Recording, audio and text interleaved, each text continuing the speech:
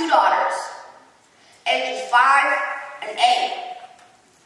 And when I see the plans for this memorial, I think about what it will be like when I first moved here upon the memorial's completion.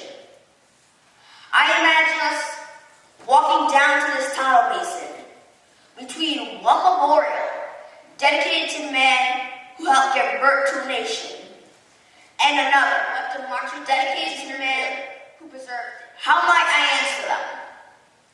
Unlike others commemorated in this place, Dr. Martin Luther King Jr. was not a president of the United States. At no time in his life did he hold a public office. He was not a hero of foreign wars. He never had much money, and while he lived, he was reviled at least as much as he was celebrated.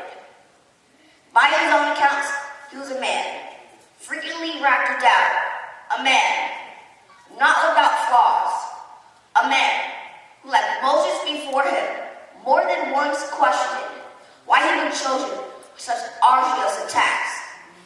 The task of whom he asked to be remembered. I would tell them that this man gave his life to serving others. I would tell them that this man tried to love somebody, and that because he did these things, they live today with the freedom that God intended, their citizenship unquestioned, and their dreams unbounded. And I would tell them that they too can love, and I would tell them that they too can serve, and that each generation is beckoned anew to fight for what is right, and to strive for what is just, and to find within itself the spirit, the sense of purpose that can remake a nation and transform.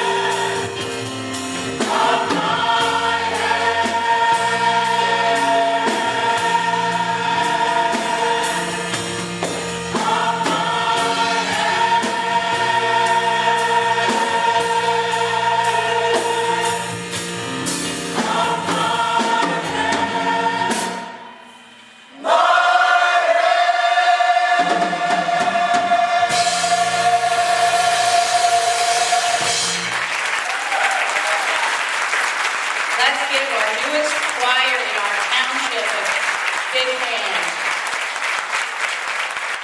We welcome them.